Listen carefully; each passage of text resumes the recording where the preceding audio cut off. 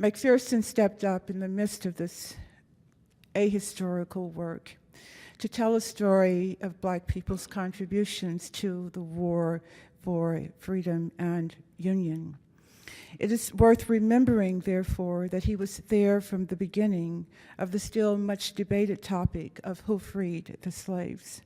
And in the 1960s, it's worth remembering too, that some of his colleagues placed him, like they had Du Bois, at the most radical edge of the conversation. Perhaps it was his decision to publish documents that spoke to the views of Black people during the war.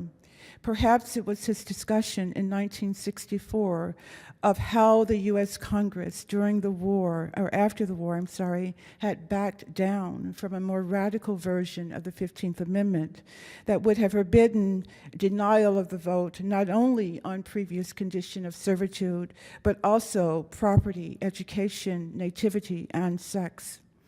Perhaps it was his account of the Gideonites in the Sea Islands and the land struggle that angered people.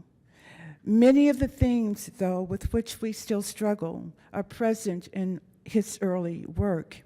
The debate over Lincoln, the Northern missionaries, the land question, the voting question, the question of the contraband and Black soldiers, the commitment of Lincoln and Northerners to the full freedom of the ex-slaves.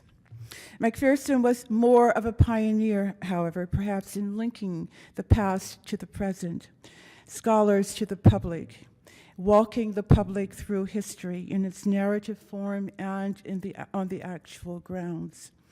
That is perhaps his signal legacy, and I wish it extended.